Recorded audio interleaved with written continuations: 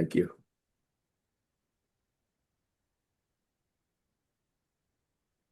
All right, Allison, I think you'll manage the chat.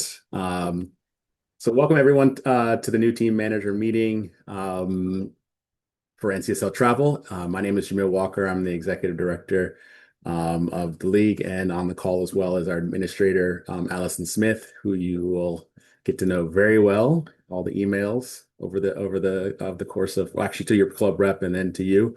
All the information will be going through her as the lead contact to your club rep. So, we're gonna get to know you guys throughout the year, and hope you guys have a great experience in the league. Tonight's meeting is really just about getting you guys up to speed on how NCSL operates, your role, your responsibilities before, during, and after every match, how to get support, generally speaking, through your club rep, and the resources online, and then the ins and outs of the game day rescheduling process, R&D, and all the policies that you need to adhere to. And then, like I said, the resources that you'll find links to on the website and through your club rep as well. Tonight's meeting is recorded, so if for some reason you missed something, you can always look at the recording and rewatch that. You can also join our meeting on Thursday, I believe it is, for a follow-up Q&A, where we had a chance to digest everything that we've talked about tonight, and then we'll have a follow-up meeting where there's any follow-up questions that you might have that we didn't address tonight. All right, want to give a broad overview of the landscape, where NCSL sits in the youth landscape. We're a very large league, one of the largest in the country, believe it or not, servicing the DC, Maryland, Virginia area, with 1,300 plus teams from U9 to U19. And we schedule close to 12,000 games. Allison has the amazing task of scheduling all the games that you guys play in. And they obviously, and West Virginia, I forgot West Virginia. We cross over to 4 states. So the DMV area plus West Virginia teams are all over the area, and we have games scheduled in a number of different locations. So it's a very big league. Founded in the 1970s. It's a league I played in when I was growing up. So I'm from this area, and it's been around since the 80s and 70s, as one of the top leagues in the country. We are affiliated with the USU Soccer, so that means VOSA, Maryland State Youth Soccer Association, and West Virginia Soccer Association. And then the way in which we're structured, the clubs themselves are the board of directors. So each club is represented in our league, and each club has one club rep, which you'll get to know very well as the point of contact, but also the member vote for your club when making decisions about the league direction. Our staff reports to the board, and we have an executive committee as well that helps with operational support.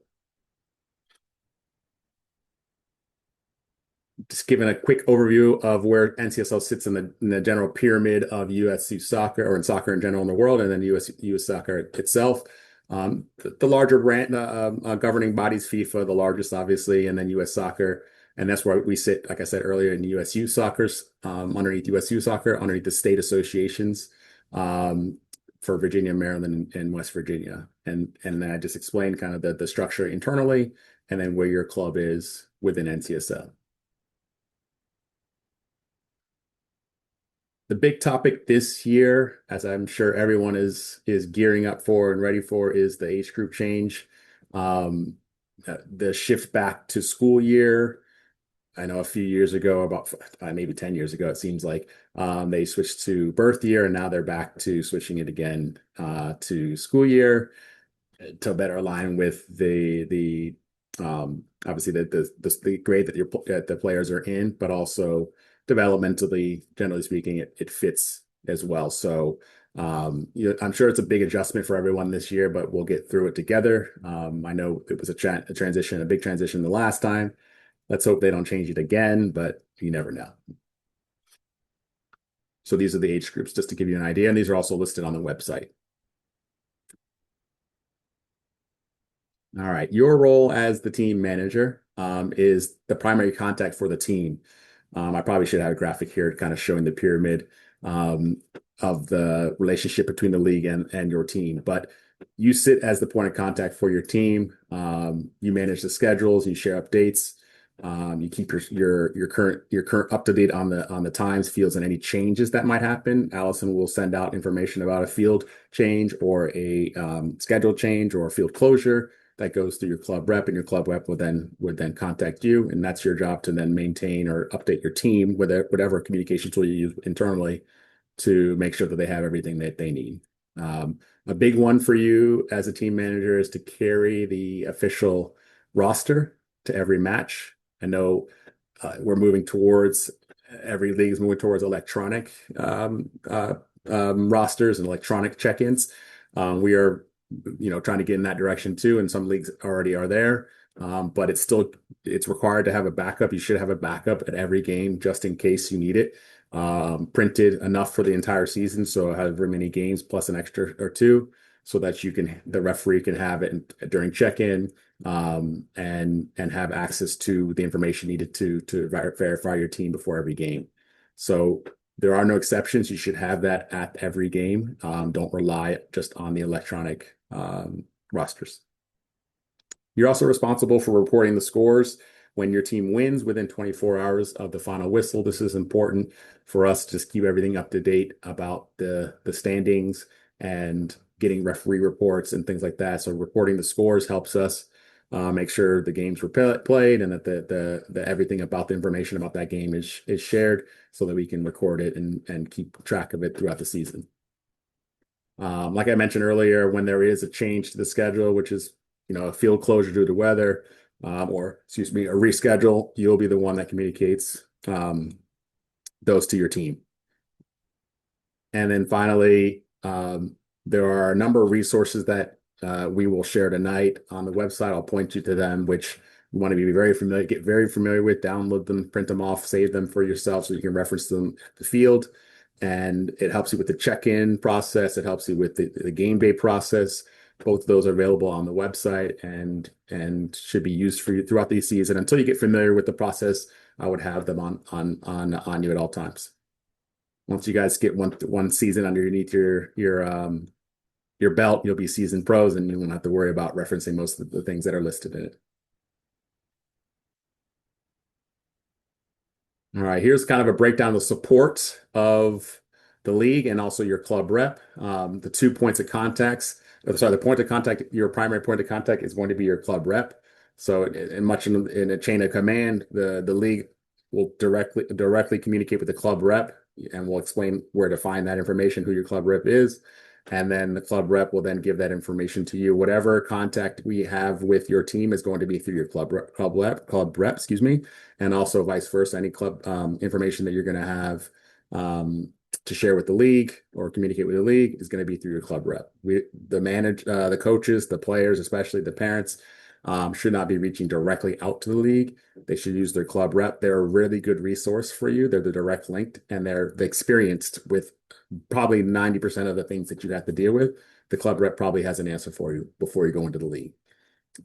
They will handle all the reschedules. They'll resolve disputes. They'll contact the other clubs. They're the ones that will be responsible for maintaining that bridge between the league and your team. The information which I'll show here in a second is on the website, and how to find that, who your club rep is on the website. As our role in terms of your support is to oversee everything. We are stewards of the league. We're not responsible kind of any beyond that. We are the ones that set up the schedules, work with the referees to assign the refs for the game, and deal with all the logistics with the league outside of your team responsibilities. And just real quick, I'll jump over to the website just to quickly show where your club rep information is. So this is the main website, ncsl-soccer.com. Just familiarize yourself with the layout.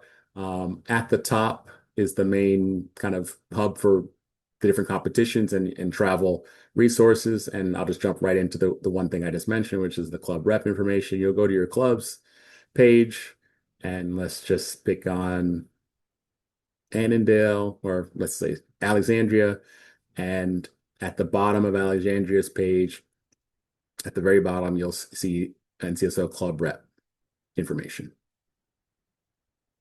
So at the bottom of your contact pages, your club page, in the public website, you don't have to sign in or anything. You will have access to any number of information. And so if you pick on a club, you can then find that information for your teams, for your club, sorry. So we'll jump back to the presentation. All right. Key dates in the calendar that you want to know about, especially the ones that I think are important to your team. Tonight's meeting, obviously, which we recorded. Schedules are already posted, so those are the two ones that have already passed or are current. Not necessarily as important to team managers, but just good to know that your club rep is involved in the day-to-day, the kind of the seasonal operational changes that the league goes through, and they're the ones that help decide the direction. And we have a board of directors meeting coming up in August here, and any new updates about the league will be shared there. So after that meeting, you maybe want to reach out and just ask to your club rep if there's anything that affects anything that applies to you or to your teams. There's a Q&A. Is it this Thursday or next Thursday? I think I said this Thursday. New team manager Q&A that we'll have as a follow-up to this meeting as well, where you have a chance to ask questions and kind of once you get yourselves familiarized with the information, maybe there's something that we haven't covered that you want to follow up with.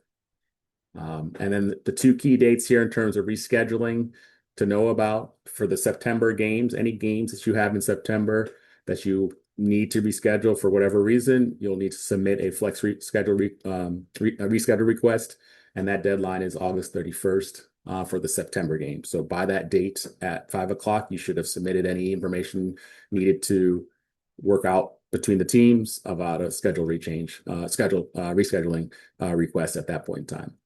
Similarly, for October and November games, we have another deadline, a date in which that after that point, no other reschedules are allowed. That's September 23rd. So those are the two key dates that you want to kind of put down on your calendar to remind your coaches that those are the dates that the information needs to get in to the league. Any other league dates that are relevant can be found on the website. I don't know why I clicked away from it, but on the top page, again, you have the travel section, and there's a link to the fall 2026 calendar. So you can click in there and see that.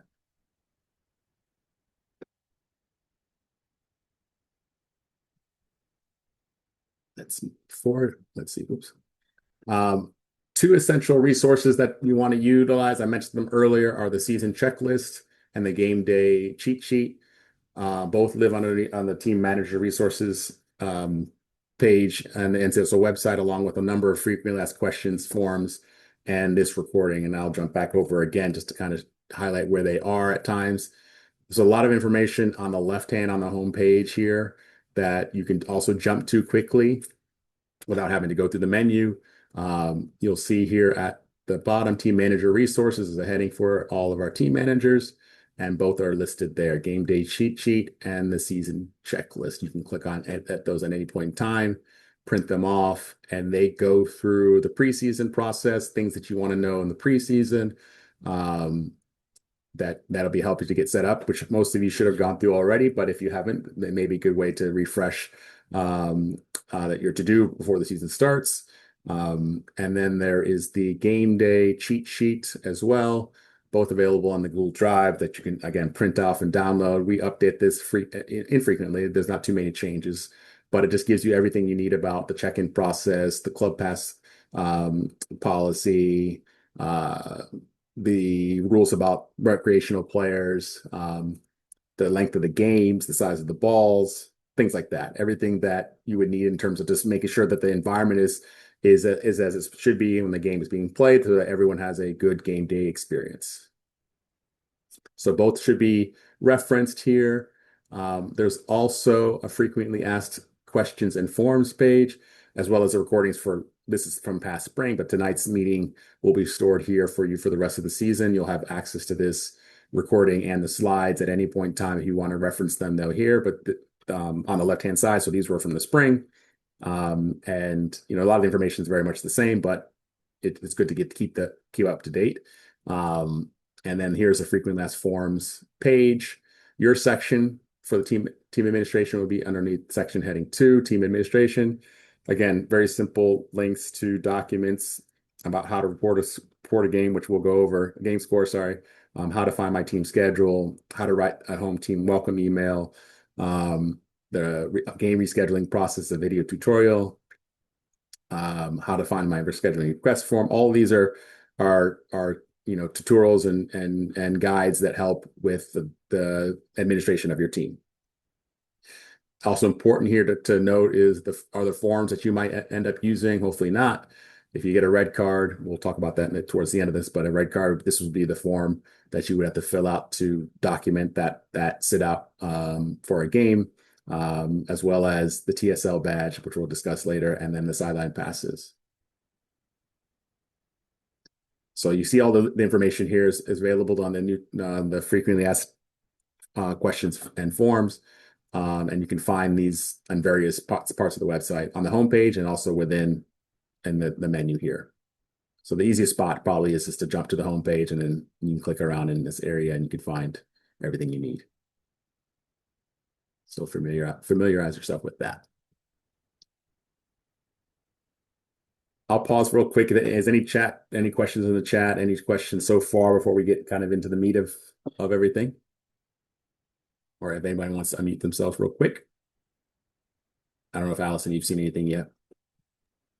There's been a handful of questions, but I think chat questions. Yeah.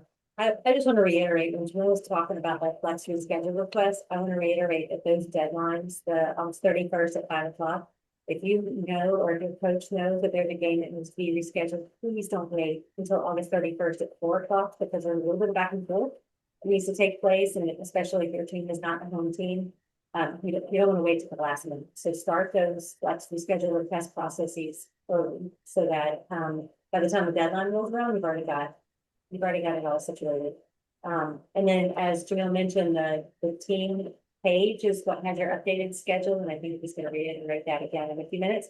A lot of people use Playmetrics or other platforms to update their team games. Please remember to check back to the NCSL team page for changes. You'll get an email as team manager anytime there's a reschedule change. If the field coordinator for your club or the opponent's club has a change, then you'll get an email. But please make sure to update across your platforms, whatever you use, TeamSnap, Playmetrics, or whatever it is. Please make sure to verify against the NCSL team. Excellent. And I saw a number of different questions in the chat that might be worth. I don't know if everyone can see them, and maybe they're directly to you, Allison, or to us. One that came up was, do the rosters have to have pictures? And I think that came up a couple times. These rosters are the official state rosters, so yes, they will have pictures included in them. They don't have to be printed in color. They can be black and white.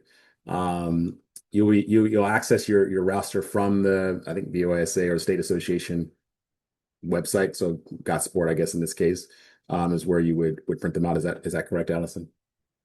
Yeah, that's what I figured. Like I mentioned, the number of people asking about whether or not the presentation will be shared. It will be, but I think the more pertinent questions were, the roster questions. Player names that are listed in the website on our website are for tracking disciplinary points. So these aren't posted publicly at all. The information on the website is behind a login. So when you go to your team page, the clubs, and say pick on Alexandria again, and you click on the team, there is no roster shown. The only thing that's public is the coach name and the manager name. The roster, if I logged in as a team, you would see the roster here in this space that is blank. So when you log into your team page, which is actually how you would log in here, this is the link. You actually go to your team itself. So not just the club. The club rep will log in using the club login, but you as team managers will go to your specific team. Say I'm coaching the ABGC U10 white team. I would click on that team. My name is Billy Germain. I'm coaching that team, or I'm the manager, and I click team login here to log in, and then you would see information about your team. You would see a tracker at the bottom for disciplinary action, things like that. You would see more information that you see here. So that information is private unless you log in. We'll continue the presentation, and we'll come back to the chat if there's anything that is important to kind of follow. But I was quickly reading through, and Allison is also answering those questions. So Allison, you see something that is kind of recurring, we can pick up there and answer those questions. Moving on to the game day procedures, which was highlighted in the game day checklist. And so hopefully some of you guys are reading it right now. The big thing again is the printed roster with photos every match. Actually, just a good way segueing into the rosters. This is the US Youth Soccer state approved roster. It's the one that you get from the state association. It's not the roster built in Demisphere Autosport. It's not on our website. It's not that's not the roster. It's not on your phone on Demisphere. It's the specific printed USA roster that's for Virginia. It would be USA. Any state association roster with the official the players, the pictures, and their numbers. It's the same place you print your cards from, the player cards.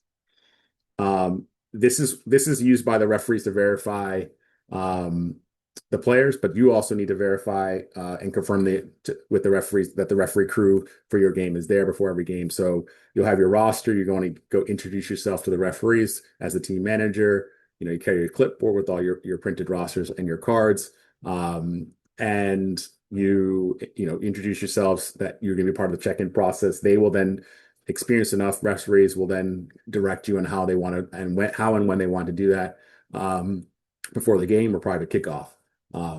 Your responsibility as the home team is to make sure the environment is fully set up and ready to play. I know the club will also help with this, but as a manager, you just want to check when you get to the field or prior to the game that there's nets on the field, the goals are secured, there are flags, the field is lined properly. There's this area for the opposing team and the home team, and you want to direct the other team to the spot that you feel like is best for them.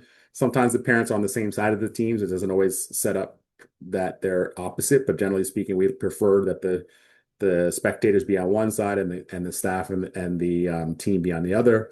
And you just want to make sure that everything is kind of ready to go, and that the opposing team has a good experience as well as your team.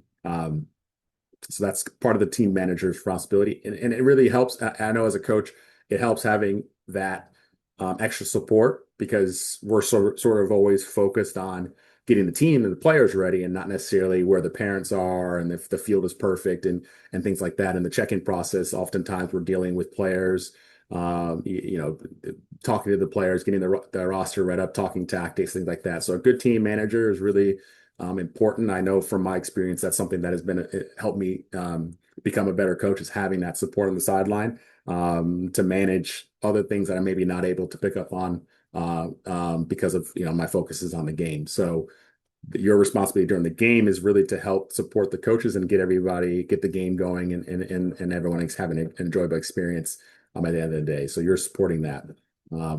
At the end of the game, the winning team, I said both, but the winning team is the one that's responsible for reporting the score. So it's easiest if there's a tie, then just whoever does it first. It's only one gets posted anyway. So if it for whatever reason somebody else has posted the score and it's incorrect, you can let your club rep know and they can update it. Let us know to update it. Sideline policy. The spectators on the opposite side, like I said earlier, and also just assigning the TSL, somebody who's going to be help you. Oftentimes the team managers are with the team on the side if they're separated, and so we want to have basically your assistant, somebody who can help you keep cooler head on the sideline. We'll talk about that a little bit, what that is, but we have a policy where there's somebody on the sideline in the spectators group that has the responsibility of also making sure that the environment is safe and the referees aren't being abused, and that everyone is behaving in a way conducive to a youth soccer environment.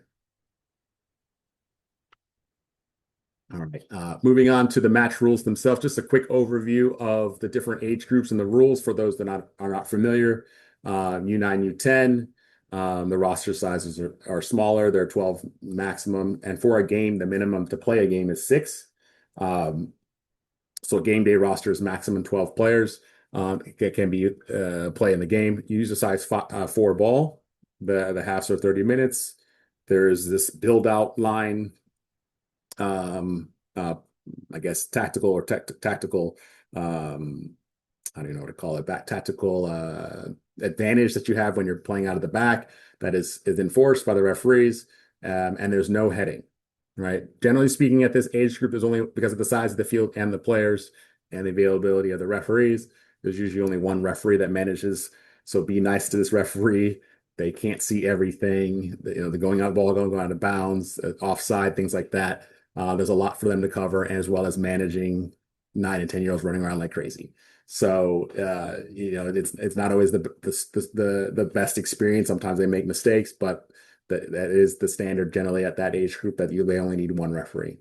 At all the age groups, you have unlimited club passing, and what club passing is, just quickly to kind of talk about it, is your ability to utilize players within your club, maybe on another team, as a supplement to your team when needed. So, say for example, I'm coaching the U11s, the green team, and the second team, the white team, has a player that or I have an injury on my team. That goalkeeper got hurt. U11 goalkeeper on the green team, the white team is able to play with us as a club pass player, and these are players that kind of supplement the roster. They're not supposed to be used to kind of replace players permanently, but they're supposed to be used as the spirit of it is to allow you to have, extend your roster when needed, in case of situations where there's players sitting out for injury or missing because of vacation or whatever it might be. As we move into the older age groups, U11, U12, the maximum on the game day roster is 16. The minimum is 7. So, if for some reason you had less than that, you couldn't play the game, but anything more up until 16, you can. And then same thing for the younger age groups, U9 and U10, the size 4 ball. U11 is slightly different than U12. It's still 30 minutes halves, but U12 is 35 now. You bumped it by 5 minutes per half. Still at U11, there's no heading. And generally speaking, there's still one referee for all these games. Like I said, unlimited club passing. At the beginning of, and then, sorry, I'll go to the next one. And then U13 and up is what we are used to in the professional game, in the college game. Size 5 ball, 11v11. The times are different for each of the age groups, but you understand that generally speaking, it's the same as the older game, as the professional game, 18 players on the roster. The times of the games go up by 5 minute increments here. Now 13s and 14s are 35-minute halves. 15s and 16s are 40, and then 17 and older are 45. So that's the true match to the college and professional game. At this level, we do our best to have 3 referees on every game. Doesn't always the case, but that's the standard that we're trying to adhere to. Just jumping back real quick to the U9, U10, so everyone's aware of this. This is something I'll show real quickly on the website as well.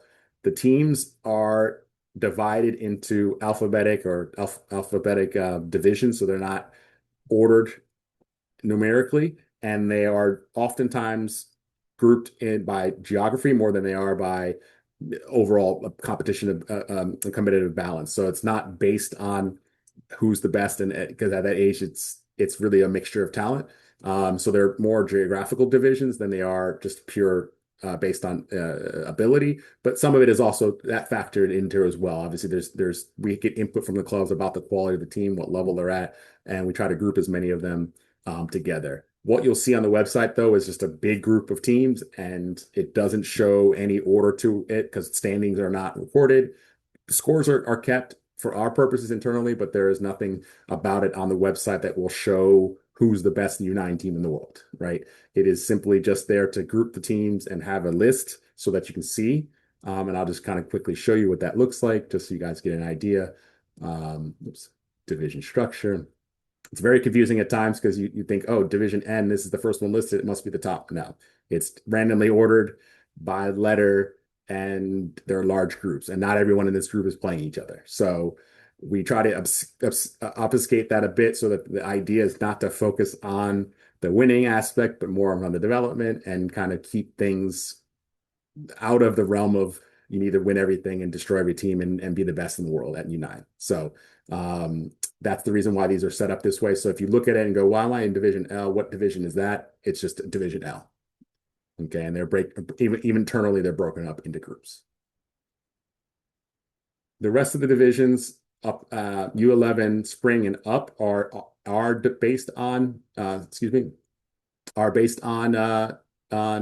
numerical order. So if you look at a U12, now the difference is there's 1, 2, 3, 4, 5, 6, 7, 8, 9. So that is ordered just like you see the Premier League and other leagues. There's division, promotion, relegation, results based comes into play. So there are standings for these age groups whereas U9 and U10 and U11 fall do not. So this fall for U11, you're not going to see any standings. Okay. In the schedules and results page, you'll see each division listed. Okay.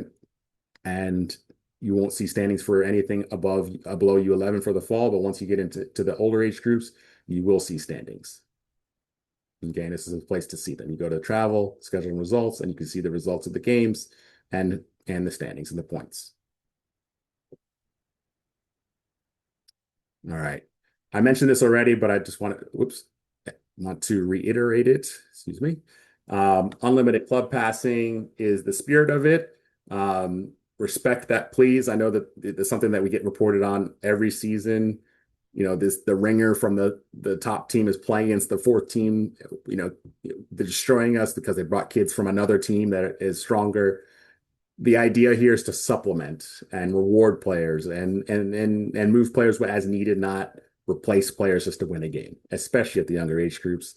It's really important that we have an environment. We strive to have an environment that allows players to thrive. And it's not for adults, it's for the kids. So the idea here is that we allow unlimited club passing at the condition that you guys would respect that. I think that would change if we feel like too many of us are abusing, or too many clubs are abusing it. But right now we seem to be doing a good job with that. So just keep going. In that spirit, players may play more than one game a day. We do permit that. So if you had an early game that morning and you needed to play because of something happening, some kid was sick, one of your players on the other team was sick, and you wanted to play, you could jump in for them in there and play in that game. In this situation, I think, Allison, what you would do if there was a club pass player on a roster that they had not been added to already, you would have to write them on the roster. That's the reason why you have the paper roster, so you can write them in, and then you show the referee. The player would have a card, either electronic card or the physical card, whichever one you want to use for that, and that would suffice as a club pass for that player. All right, reporting your score is on the website. It's pretty straightforward. I would jump to, I think it's on the homepage as well, but you can jump to, I think it's on the homepage. I'm getting where it is. There it is. Game score reporting link. Match operations heading here on the left-hand side, game score reporting link. You click that, it jumps to this page, and you would follow the prompts to put the PIN number for the season, the game number the game that you're playing in, which I'll show you where you'll find that, the team names, and the final score. Allison, what's the PIN number for this? Is it 31? It's 3101. It's also under the instructions on how to report a game today. Yes. Yeah. 3101, you said? Yeah. Yeah. So you'll enter that PIN number just to get into the system, and then what you'll look at for when you're say that I'm coaching. I'm Billy Germain. I'm picking on you today. Coaching ABGC U10 White. My game number listed is 10197. I was away, so I would type in as a game. My PIN would be 3101, right? And then the game number would be the number you find here on the schedule. You enter in the team names and you just enter the score. And it's pretty straightforward, but you walk through that by going to the game reporting link here. All right, you can get started by clicking it there. We'd like the winning team to report that within 24 hours, and there are step-by-step instructions on how to do that on the frequently asked questions page. The TSL, the Team Sportsmanship Liaison. Every team is basically your support for the game support. So the coach has a chain of command, the coach, the club rep, the coach, the team manager, and now the TSL. The TSL is basically the cooler head on the sidelines on the parent side. If you're not sitting with them, if you're on the bench with the coach, this would be the person that would be responsible for dealing with any sideline behaviors for the spectators if the referee needed your support. So you would be the first point of contact for the referee. If they need help in inappropriate sideline behavior, you would introduce yourself before the game and also just during the game, be a part of that any situation that might be happening and help verify what happened after the match to the manager or the coach, and keep track of kind of what's going on the sidelines. This is important for us to maintain a safe environment for everybody.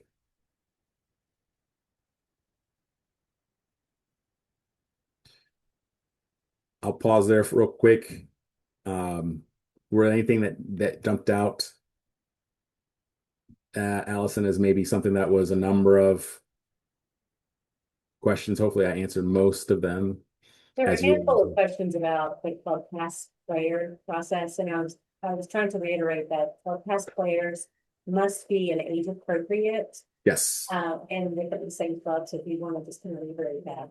Yes. So the way in which it works is any player can play up within reason, obviously within the club's discretion and the player and the family's discretion. So if you're a U13 player within that age group and you wanted a club pass to a U14 or U15 and the coach needs that player, then that's okay. You cannot play down an age group. It's never allowed to play U13 down with the 12s. But generally speaking, what is used in the club is that each club probably has a multiple teams within that age group. So A, B, C, D. And, there's a player on the B team or the C team that is either performing well and wants to play and move, they have a chance to try and play at a higher level. And so that opportunity is given to them as a reward, or there's situations where there's need. A player position is missing, or the number of players is low, and you need extra players for a game. You would basically call those players up for that one-off game, and the process would be writing them into their information on the roster, their name, the first and last name. Believe their player, the card number, everything that you would have to do on their current roster, you would apply that to your state roster. You'd write it in as a section and show that to the referee, and then they would note the club pass players. So it's pretty straightforward. It's just used within reason. And again, the spirit of it. I think that was mainly what I saw as well, but you can let me know if there's anything. We'll jump ahead now to the field closure process and game day operations. When there is a situation, inclement weather, the field is closed by the county for whatever reason, there's a big festival going on. Your responsibility is to communicate to the team in this case, and to report to your club rep if there's a situation where it might be closed, but not to decide if the field is closed. So it's not your responsibility. Neither is the coaches decide, hey, we're just not going to play because we feel like we can't play. You have to report that to your club rep. The club rep will be the one to determine, and the club itself would determine whether or not the field is closed, and they would be the one to let us know ultimately to close the field. And it's important that we get the information to us quickly, but don't leave the fields in this situation until you've gotten official field closure from the club rep to us and that we've posted it on the website. I'll show you really quickly on the website where that is. You'll see a field status box on the right-hand side. And this is where you'll notice if there are fields closed, it will pop up there, but there's none right now, obviously. You would notice if there's any closed fields. That's the official determination whether or not a field is closed. So your responsibility is to basically just be the communication for your team, whether or not the field is closed, and the club rep will be the ones communicating to us when that happens. You want to contact your opponent if there's a situation where there might be, but you still want them to come as long as it's still open. You don't want to abandon the game. Oftentimes, if it's early enough in the day where there's a possibility to change the field or before the game, that's something that we can do. So we still want the team to show up and be ready to play the game in case it actually is able to be played, as opposed to abandoning the game under a pretense that it might be closed. If the field is closed, the game may move to another field, like I said, or shift to the opponent's field if both teams agree. So that's another reason why you kind of want to continue communicating to the other team. That's your responsibility kind of between the teams, to let them know what's going on, but to also get the official information from your club rep as opposed to determining. If there is a situation at the field, the referee has to make a decision as to whether or not the game will be played. And they are the only ones, they are the authority, the league authority, our representatives at the field to decide whether or not a game will be played or not. So it's up to them to decide. It's not up to the coach to decide, oh, it might not be safe or whatever. It's up to the referee to make the determination whether or not it is safe. If for some reason the situation where you disagree, that's where you have to contact your club rep and they would help manage that situation as well and communicate that us to the league. Do not get into confrontation with the referee about that. Contact your club rep and they will be the ones that can help manage that situation. It's a big one in terms of managing those expectations when you get to the field and not walking away from a game and abandoning the game because you think it might happen when in fact it could have been played. All right, rescheduling and flex rescheduling.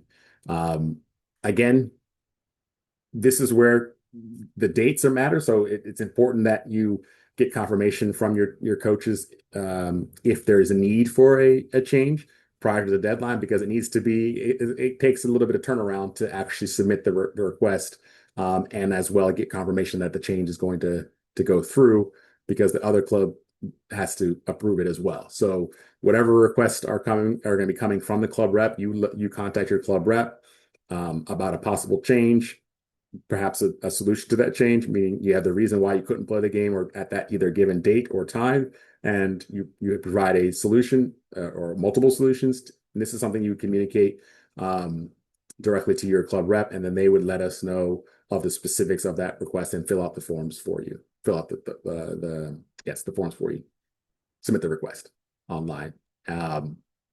Your club rep has visibility into the entire club schedule, which is the reason why it's not something that the teams themselves can do, because you don't know what's available on what days, and it's difficult for you to be able to coordinate all that. The club rep has that access to that information, so they will be the ones to confirm the open space and with the field coordinator, and that's where the request can go in. Any voluntary reschedules need a mutual agreement between the both teams. And the home team club rep finalizes the request by emailing the league. Anything that is closed because of weather, that doesn't require a rescheduling request. Those ones are automatically done by us, by the league. And then any changes that you think might go through are not official until you see it posted on the website. So just because the other team said it's going to change does not mean it has changed until we get confirmation on their website. So just because the coach says it's going to be changed does not mean it's going to be changed. There are a lot of factors that go into, which I'll just talk about next, why a flex request might be denied. It's not specifically just about the availability of the field and whether or not it can be, but whether or not it is conducive to the overall schedule. Oftentimes referees go to these games. The reason why a lot of these games are scheduled back to back and grouped in clusters is because it makes it easier for referees to do a set of games, a crew do a set of games.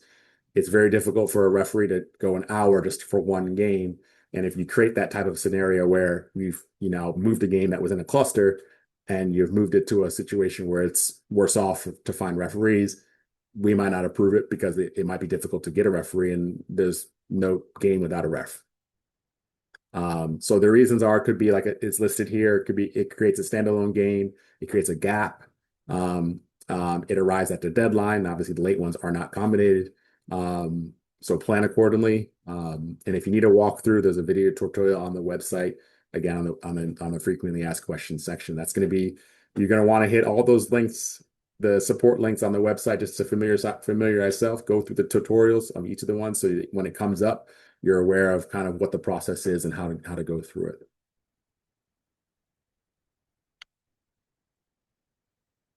Pause here again to see if there's anything that popped up. Didn't see anything major yet. So we'll get continue. Unless Allison, you saw something, but I don't think I've seen anything yet. All right. Referees, rules, and discipline. It's an important topic for us to cover, and you should be aware of all the policies as well. And I'll kind of walk through some of them here today.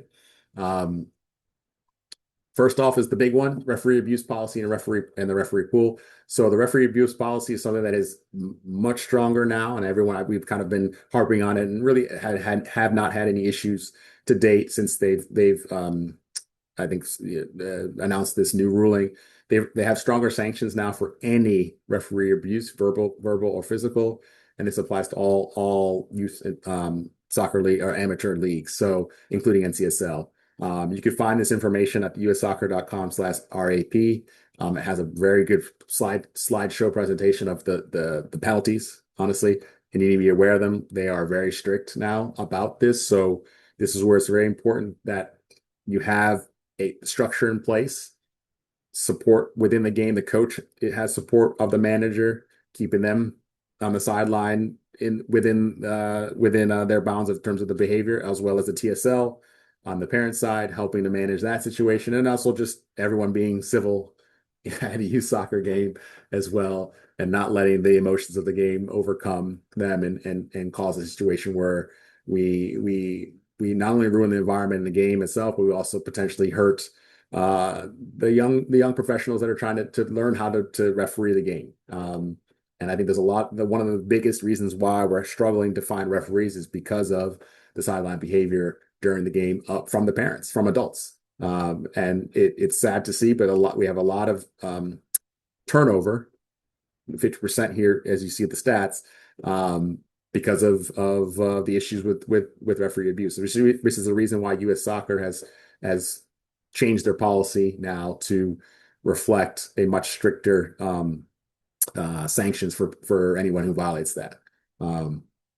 Most of the officials at the NCSL level and in youth soccer, especially the younger age groups, are younger referees, first experiences in that. They're grassroots. They're learning the game as well. They're becoming good referees over time, and the good experiences they have will build on over that, and they will eventually become stronger. But they need experiences of making mistakes and learning from them for them to be able to become good referees. Just like the young players who are playing need to make mistakes, we have to treat everyone who's involved in the game in a way that is developmental, right? Not necessarily here as a World Cup final, right? And that's part of the reason why we have certain policies in place to help kind of bring that pressure down, right? No standings for U9, U10, U11. The groups were mixed in many ways. That's not based on competition. And the idea here is to get away from that idea that I need a trophy to celebrate at the U9, U11 age groups, right? As it's noted here, the number one reason for not returning is verbal abuse. And so if you are one of those, if you have a coach that has that issue, I say as a team manager, that's where your ability to manage that situation and help them deal with it and diffuse and be the cooler head on both the coach's sideline and the parent sideline is going to be really helpful. To help that coach be a better coach, right? And also just protect the kids at the end of the day. Disciplinary action. This is the result of after the fact something going wrong. So there is a policy, very strict policies for disciplinary action, and so we have a committee, an R&D committee that reviews all match reports and all complaints, both from the referees and from anything that's written into the report. And obviously the teams themselves could potentially submit a report about a situation that might have happened during a game. We review all of those, and we'll then make a determination. We have an R&D chair and an R&D committee that will review all those reports and then determine whether or not there are sanctions to be applied for that situation. If for some reason you wanted to protest the ruling, it carries a $200 fee. And the committee also decides results. They would be the one to then review your protest and provide a secondary ruling. But there is a process too that the club reps would know about. It's not something we advertise because we don't want to encourage it, but there is a way to resolve protests and abandoned matches when and if they do happen. It's very rare, but it maybe happens once or twice, once in a while. We maintain a discipline of cards, accumulated points, suspensions across the league, which is what you'll see when you log into your team page. When you actually log in, not to the public page, you'll see your roster, and then you'll see anyone who's accumulating cards, yellow cards or red cards. There's a point total that gets added up over the course of the season that will apply to suspensions if they accrue too many points. The most important thing here, issues, fines, and suspensions. Up to $800 in team fines and suspensions of players, coaches, managers, or entire teams for inappropriate behavior. We have strict penalties up until $800 worth of team fines. So it just depends on the infraction, what the fine will be. But there are our R&D manual, which you can find on the website as well, on the home page. Underneath travel rules and procedures, you'll find the rules and discipline in that section, as well as travel rules and procedures here, rules and policies. Great resources on the left-hand side. You pretty much find everything you need just right there. Real quick about the point system that we have developed here, and not every league has this, so just want you to be aware. This is actually more of a professional system, in the sense that it mirrors the professional game. Number of cards accumulated throughout the season at the highest levels, I think in college too, acquire you points, and over time, if you have enough points, you have to sit out a game regardless of whether or not that led to a ejection. So for players, this means every yellow card is 5 points, 10 for red card, 2 yellows to a red is a 10-pointer as well, so 2 yellows in a match, and then any match, the max in a single match, is 15 points. If you accumulate 20 points, you have to sit out a game. And then every 10 points after that, you sit out a match as well. So you sit out for a red card. Say you got 2 red cards in a row, you'd have to sit out both of those games, as well as you'd have 20 points, you'd have to sit out a game.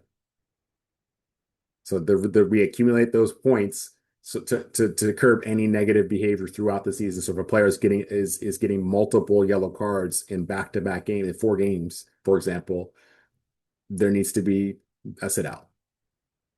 Okay, the coach also, and the team officials, if you're the team managers, also have the similar penalties. Okay, the first card in a match adds 5 points on top, so it's 10 points for you. First yellow equals 10 points. First red equals 15. Again, if you get 20 points, you're sitting out a match. So the coach's responsibility is higher, the burden is higher for their points against them. And it adds up over the course of the season.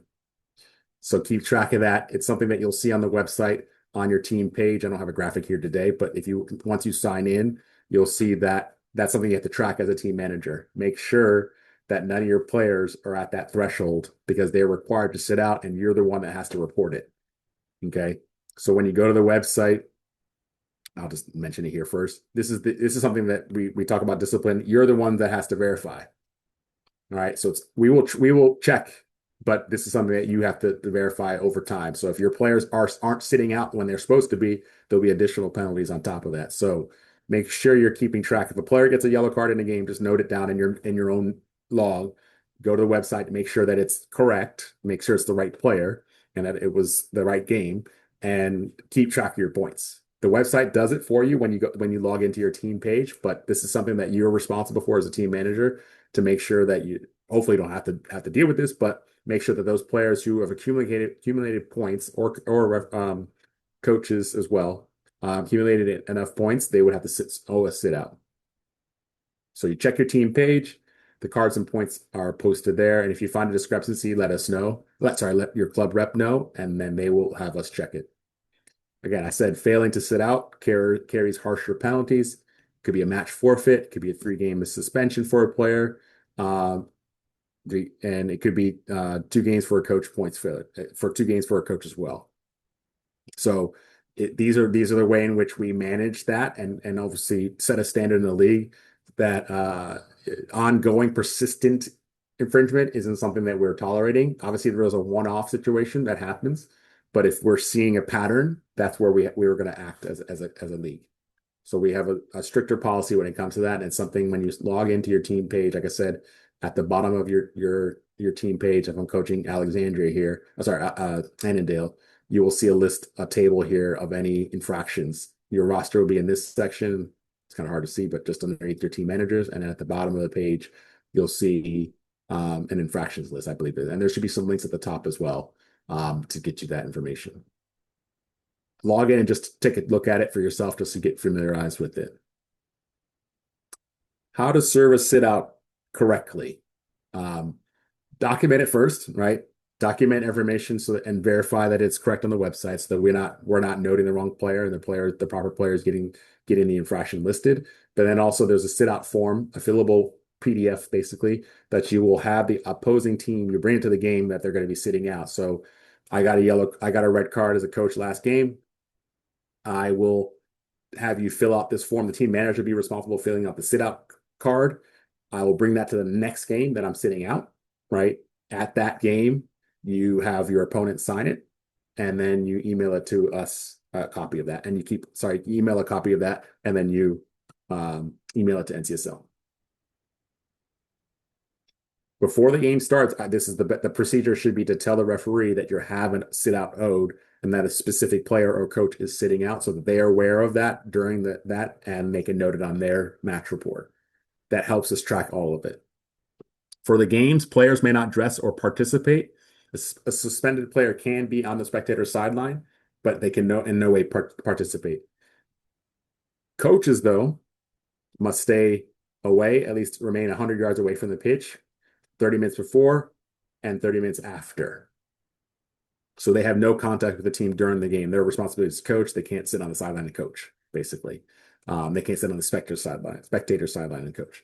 They have to be away from the game completely. So just real quick.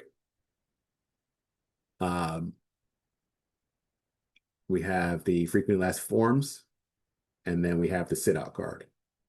And it should be a PDF. You can fill it out.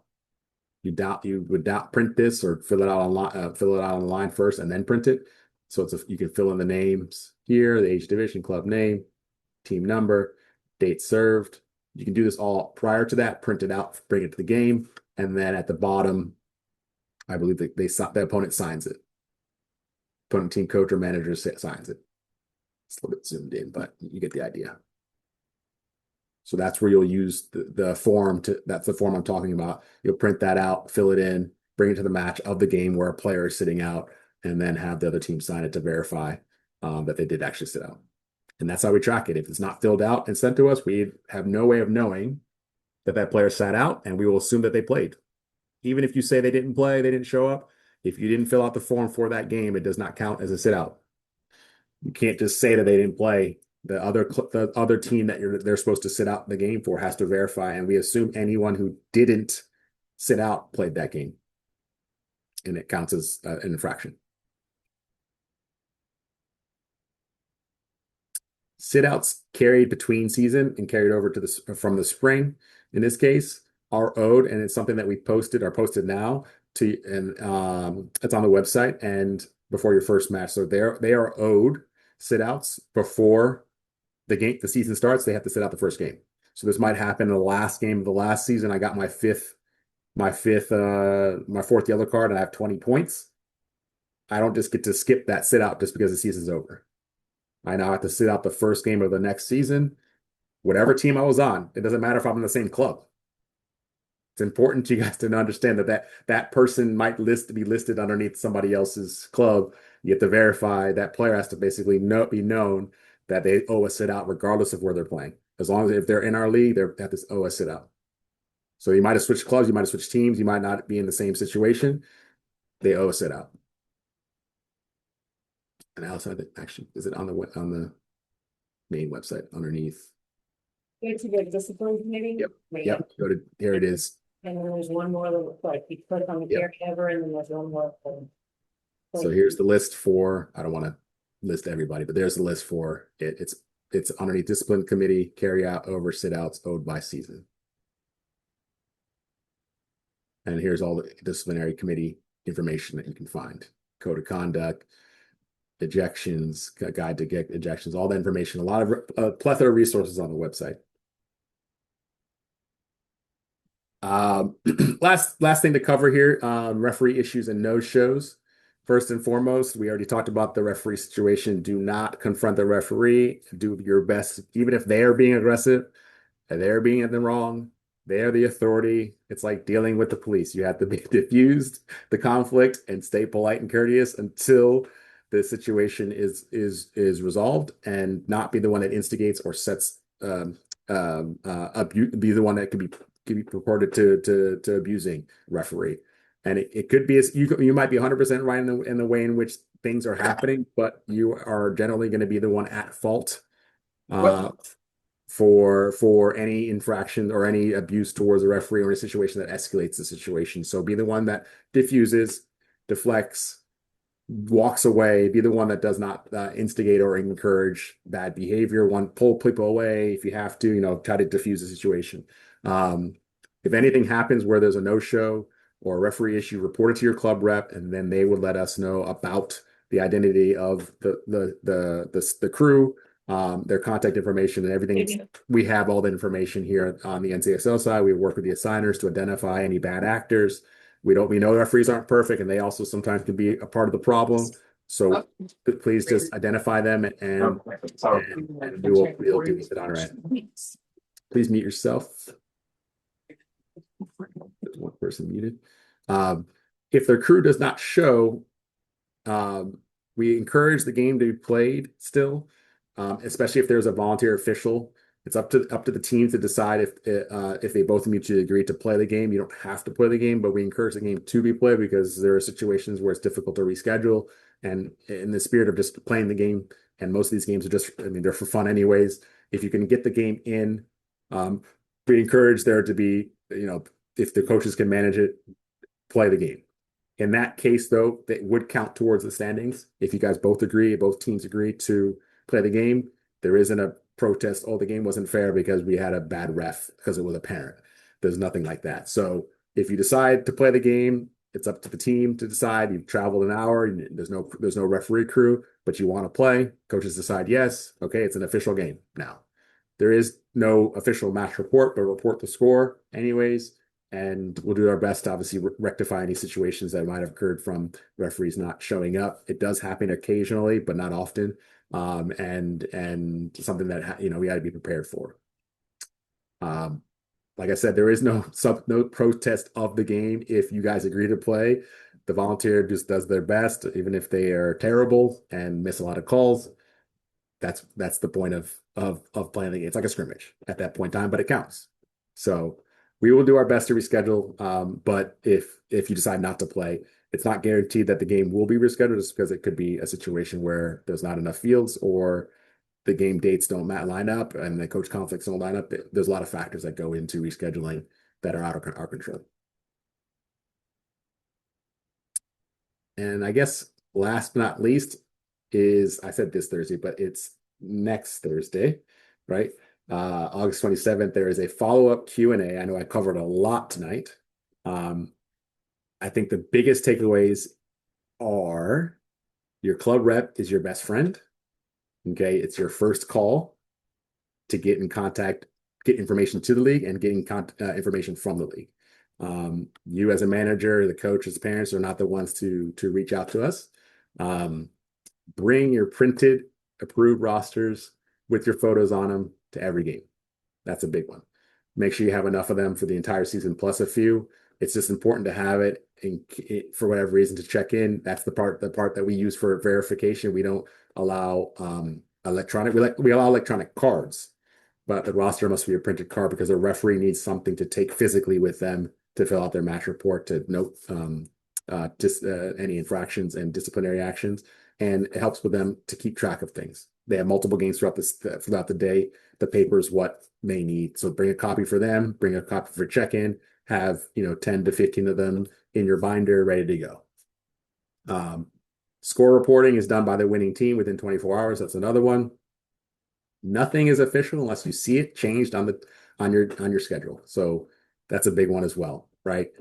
Don't assume things are changing and that unless you see it posted, there's not a field's closure posted. It's not field's not closed. If you haven't seen a reschedule updated on your page, you're going to that game that day at that time, right? Show up. Don't assume that the game's not played because someone said the game is over and we're not going to play, right? The team doesn't. They're going to probably show up and you're probably going to get a forfeit. Rick mentioned, about forfeits.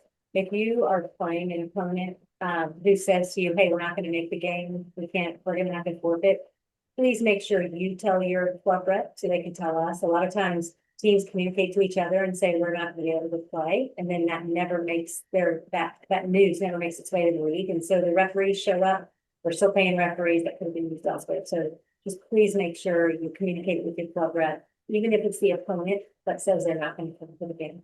We need to know about any sort of forfeits. Good point. Good point. Field closures. Only the club rep again can be the one that closes the field. This is kind of like that extent of your role, your responsibility. Don't overstep that. Use your club rep, as the one that as the official authority for your club. So anything outside of your team in terms of internally communicating, that's what you manage. So anything with the game that needs to report to the league has to be officially documented from the club rep to us, and that's where you know. And same thing with field closures. Track your cards. It's going to be on the website. Make sure you're tracking them. Even if you weren't for the game, somebody's helping you out. Make sure that they're aware. You might have assistants that, team managers that have assistant manager, or if you couldn't come to a game, having that all in one and having somebody as a backup, it would be helpful. But just make sure you're tracking that per game, because sometimes the referee might get the wrong player and list them on the website, and that person might get the points. And if you don't correct it, it could be something that could lead to a sit out that should have not been served. In terms of the key dates, the two flex dates, right? Two flex dates, August 31st at 5 o'clock for September, and September 23rd at 5 o'clock for October and November. Get your tournament, and conflict dates in early so that your club rep can isolate those situations and avoid games those days. And then the biggest resource of all is the website itself. I think it's very well documented, all the resources. It's easy to find. The website is not the greatest design work, but it's definitely has the information you need. So it's all here for you to review, as well as the slides and the presentation will be updated here once we get it from the recording, and you'll have everything you need, as well as your team pages within your club pages. So I've clicked through a number of things today. You'll have access to all that information on the website. Any questions before we close up for the night?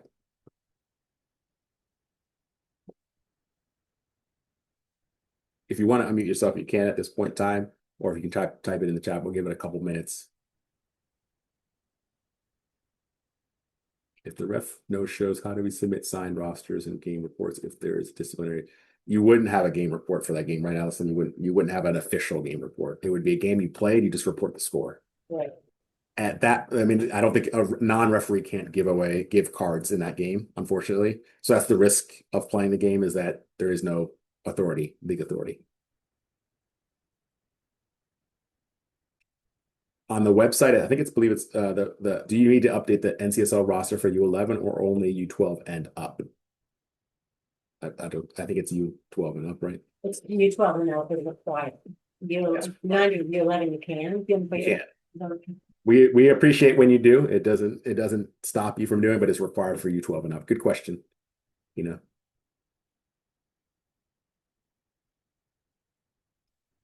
The chat should be, but you know what? We could probably save the chat and pull the questions. So that one of the questions is this chat saved? I don't remember if Zoom records the chat as well. I know it shares a screen share and it shares the various screens that anybody's talking, but let me just pull it directly. I'll just copy and paste it and then have ChatGPT summarize it.